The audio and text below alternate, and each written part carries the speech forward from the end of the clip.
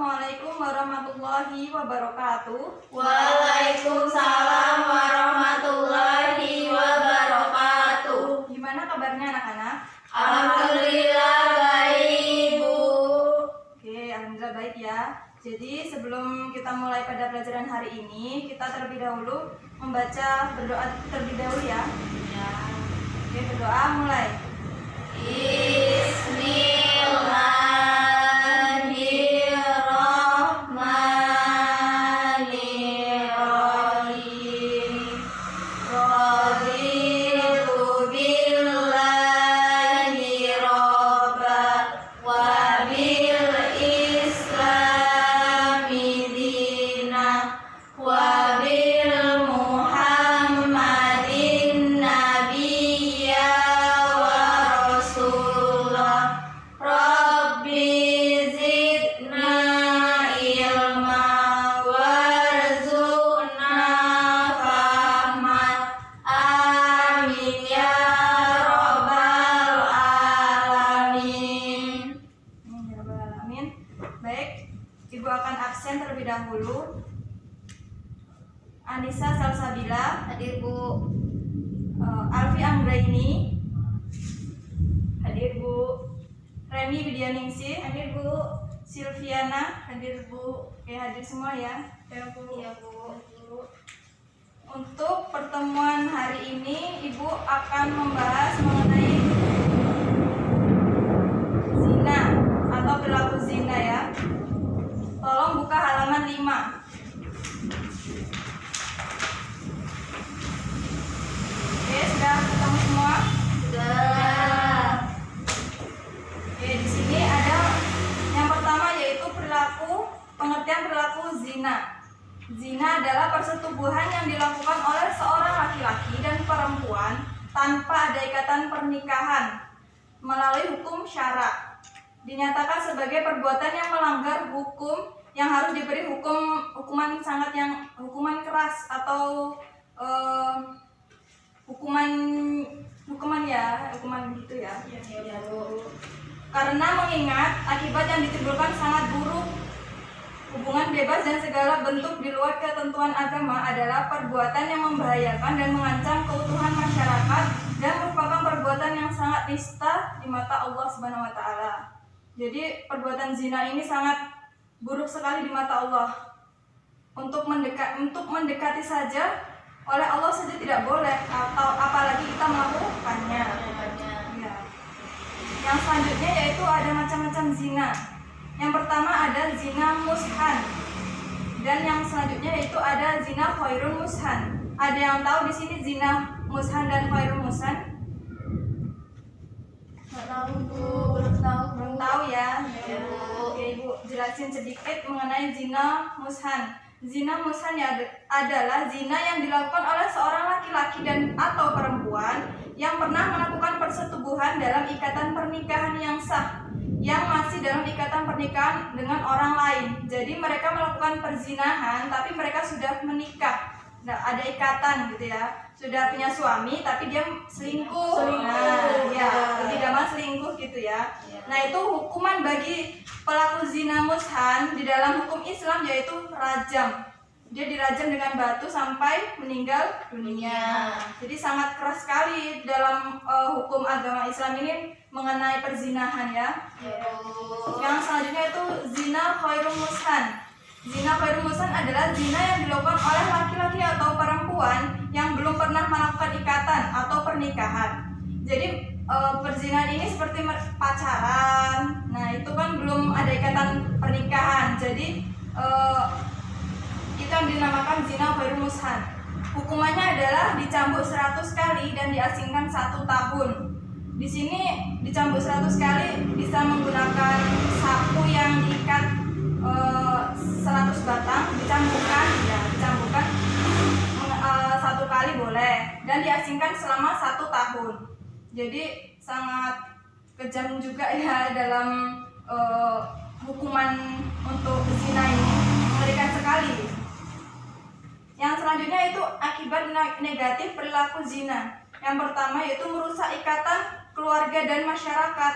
Jadi Nilai negatif perilaku zina terhadap keluarga dan masyarakat adalah bahwa perbuatan zina merusak sendi-sendi kehidupan rumah tangga dan keluarga. Jadi perzinahan ini dapat merusak ikatan keluarga dan masyarakat. Misal nih, hamil duluan atau hamil di luar nikah. Jadi kan keluarganya malu dengan tetangga atau dengan yang lain, dan itu dapat merusak ikatan keluarga atau dengan masyarakat lainnya. Yang selanjutnya itu merusak identitas keturunan. Jadi bisa saja akibat perilaku zina, identitas generasi suatu keluarga akan rusak karena tidak diikat oleh pernikahan yang sah. Mungkin saja orang di luar sana ada yang berkata, itu anaknya, bapaknya kemana? Itu kan nggak ada bapaknya, kok belum nikah kok udah hamil, nah, kan bapaknya kemana? Itu. Terus yang selanjutnya itu menimbulkan penyakit.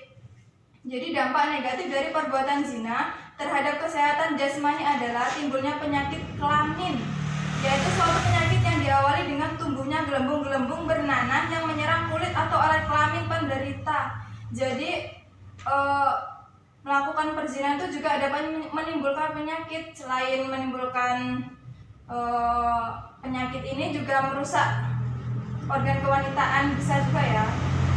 Untuk yang di bawah umur, bisa banyak kan anak-anak yang di bawah umur belasan tahun sudah melakukan perzinahan, itu dapat merusak organ organ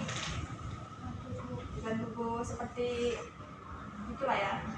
Yang saja itu mendapatkan sanksi. Jadi hukuman yang dijatuhkan atas dari perzinahan memang mencelakakan dirinya, tetapi memberi hukuman itu mengandung arti memelihara jiwa, mempertahankan kehormatan dan melindungi keturunan keluarga. Iya. Yang selanjutnya yaitu mendapatkan sanksi hukuman menurut KUHP. Tidak semua pelaku zina diancam dengan hukuman pidana. Misalnya dalam pasal 284 ayat 1 dan 2 menetapkan ancaman pidana penjara paling lama yaitu 9 bulan. Untuk perzinahan saja juga diancam dalam undang-undang ya. Sudah dilarang oleh agama, diancam juga oleh undang-undang. Yang selanjutnya itu menghindari perilaku zina. Jadi bagaimana sih Bu cara kita agar terhindar dari perilaku zina gitu ya. Yang pertama itu, baik laki-laki atau wanita diwajibkan menutup auratnya. Wanita menutupkan kain kerudungnya ke dadanya dan tidak boleh menampakkan daripadanya perhiasan kecuali kepada muhrimnya yang biasa nampak daripadanya. Yaitu ketika kita mau pamer nih, jadi nggak usah yang terlalu glamor gitu ya, atau terlalu mencolok. Jika itu dapat mengundang syahwat laki-laki, mendingan nggak usah gitu ya, yang biasa-biasa aja, yang seperti orang pada umumnya. Yang kedua yaitu tidak berduaan antara lawan jenis yang bukan muhrim, karena pasti pihak ketiganya adalah setan.